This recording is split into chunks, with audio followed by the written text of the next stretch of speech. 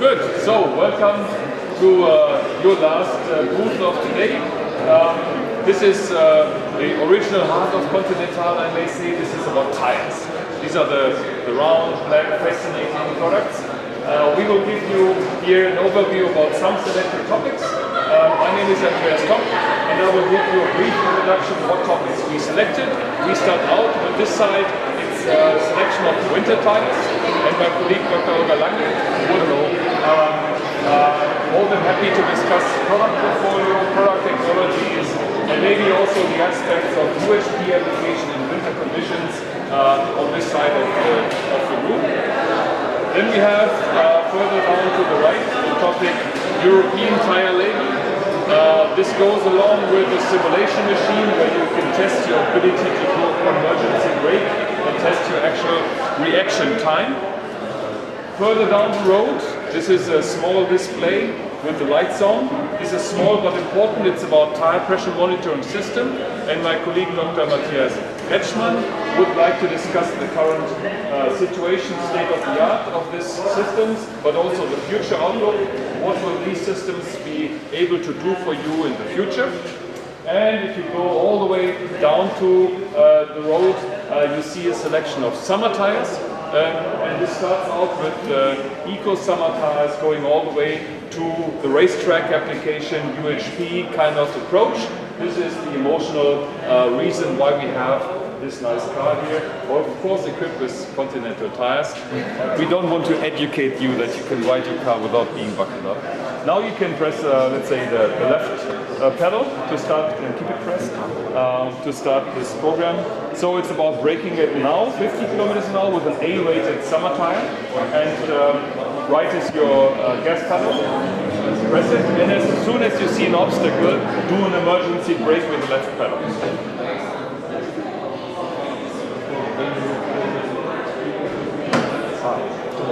Too late. The ball is an obstacle?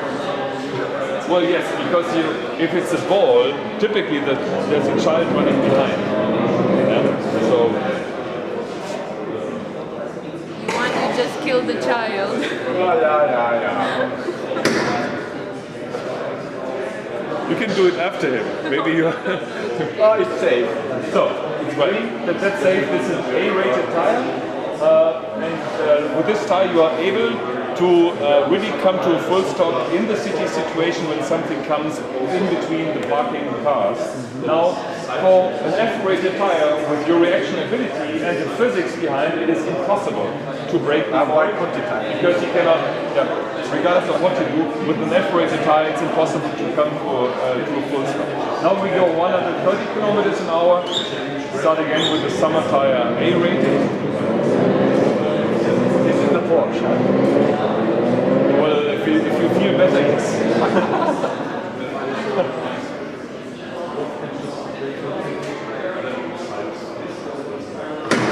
Good. Oh, Start to do it. So, this was your braking distance. I would say pretty good reaction time. CA rated tire. 0.5 is very good. This is test driver's reaction typically. and I should be dead. you should be a test driver. Well, that also takes a steering wheel. Yeah. Okay. Now you do the same thing with an F-weighted tire.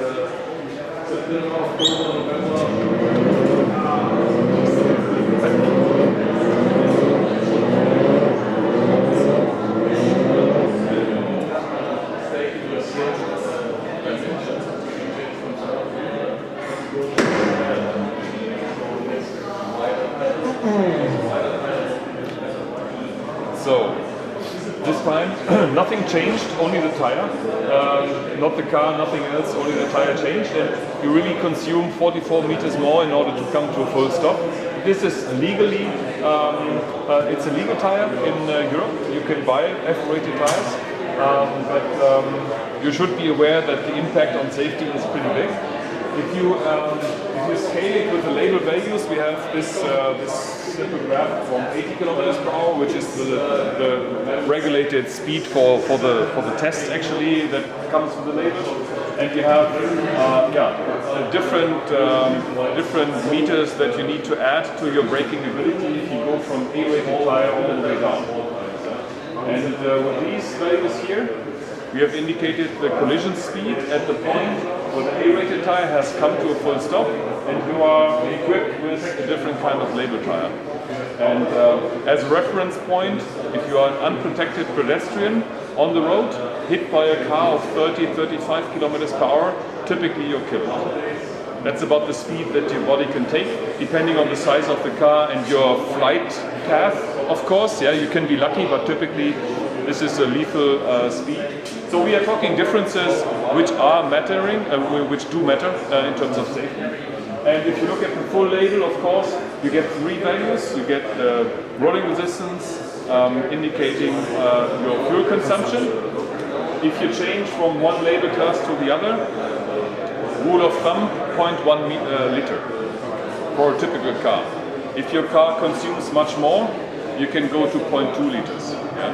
So this is just rule of thumb. So this is what this gives you. And then we also have external noise on this label, which is talking about the noise emitted outside. In city areas where people live next to the road, this can be making a difference. But the impact of fast car tires is typically quite small compared to the trucks, for instance. The trucks are generating more noise. So this is what you have on the label. Typically, people only discuss the rolling resistance versus wet grip because it's a technical target conflict. And the game is to really come up with the best balance on your tire.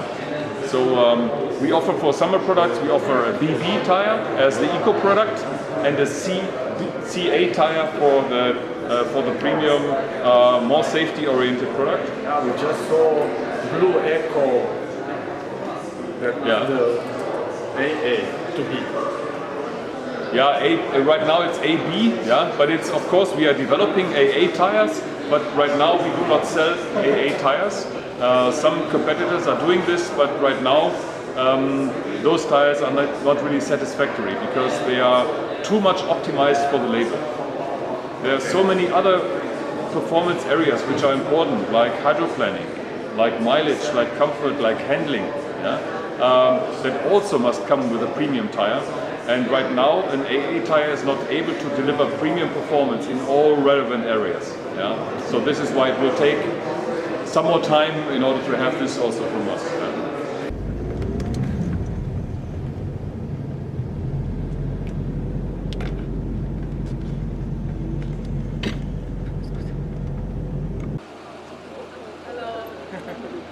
And our two driving instructors for today.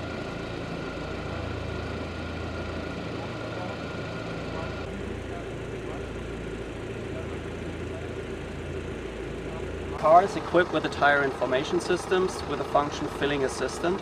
And what the filling assistant does is help me put in the correct tire pressure when I'm at a gas station. So what I do right now, I intentionally reduce the tire pressure till I create a situation where I have a deflated tire.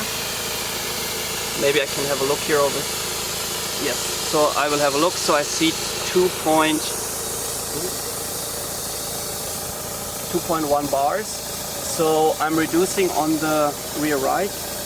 Pressure goes down, 2.0 bars. And here I'm in the filling assistant mode, so it tells me I'm below 80% of the recommended pressure. So I have a situation where I need to refill, and the question is, of course, what's my correct target pressure for this tire location and also for the tire temperature. And the function helps me just to find that. So what I do is I just press go, fill in the air, and the function helps me what the correct pressure is. I'm there. So I got feedback via flasher and horn, so I know I'm done. And also I can use a smartphone to display it visually. And this is the filling assistant. So this filling assistant right now works with our current wheel unit technology. This knows the location and the temperature. And in the future we have the ETIS module, which sits in the tread of the tire. And being in the tread of the tire, we have information about the tire load. So then we will be able to give you the correct target pressure for the correct location, for the correct temperature, and also for the correct load. And you don't have to worry about it anymore. This is the first function I will show you. An ID, let me just call it ID number 1. Now how does the receiver know ID number 1 is from my car? It could be from the car on the side, could be from the car from behind. And how does the ECU know this is from my rear right tire? It doesn't know that. You could have changed overnight, you could have exchanged summer tires with winter tires. So LogSync solves this issue. In the past, we've done it rather expensively. There were cables going to antennas, the antenna sent out a request, a localized request, we got a response, so we could do some kind of matchmaking. Lots of hardware, lots of cables, expensive. So we figured out a way to do it cheaper by reusing existing sensor information. So we have an accelerometer built in here, which enables this wheel unit to detect a predefined position. We know whenever the wheel unit is at the top. So the wheel unit can say, I'm at the top right now. I'm at the top right now. And in this very moment, what happens is we look at the wheel speed information from the ABS to figure out which wheel is also at the top. So when the first wheel unit says, I'm at the top, I look simultaneously at all 4 tires. Only one of them will agree over time. The other ones will be at all kinds of orientations. And by doing this matchmaking, we achieve full localization without needing any additional cables, without needing any additional sensors. Everything is already on board, so it's an algorithm. We can achieve full localization to enable the filling assistant based on existing sensor technology. There are 4 quadrants, 1, 2, 3, 4. Each one corresponds to one of the wheel units. And this is the first wheel unit saying, I was at the top. And in the moment when this wheel unit says, I was at the top, we look at the wheel location from the ABS from the front left, front right, and rear left tire.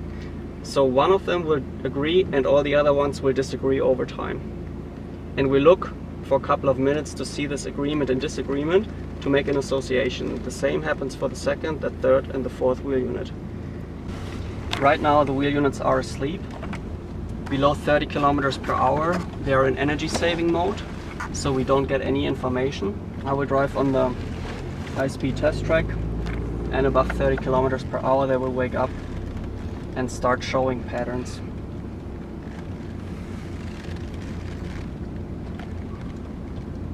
In standstill, they wake up instantaneously whenever you have a pressure loss or a refill situation, as we've seen before.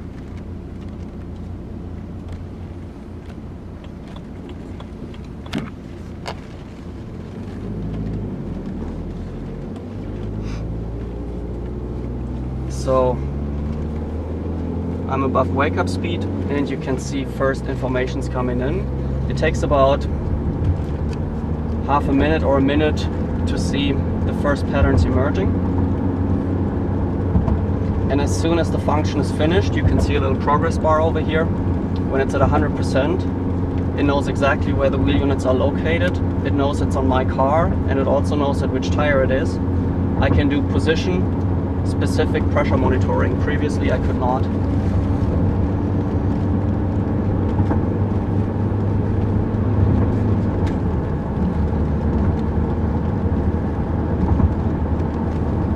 I can already see see a couple of tendencies. This one is a good example.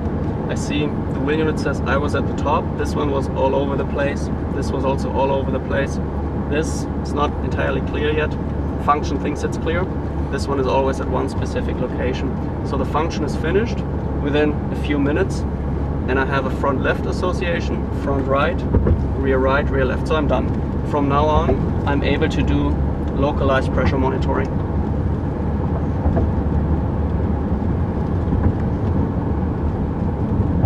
By just reusing existing sensor information. So this is the new system. This is basically the TPMS system, utilizes this function. The first SOP was last year. And now it's been sold to Europe, North America and Asia. So we have several customers using this.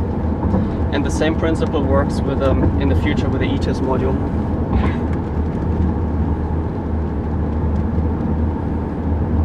Before the system, if you did not have any localization, the system was just able to tell you you have a pressure situation, please check which tire it is. Now it tells you specifically which tire it is.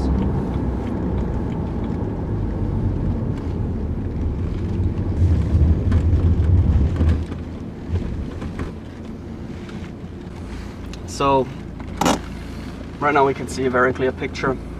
For instance, over here, wheel unit was at the top, this one was all over the place, all over the place, all over the place, same position. So very clearly, this is the hit, this is the hit, this is the hit, this is the hit, localization done. And the regulation requires this to be happening within 10 minutes, and we can easily stay in these 10 minutes.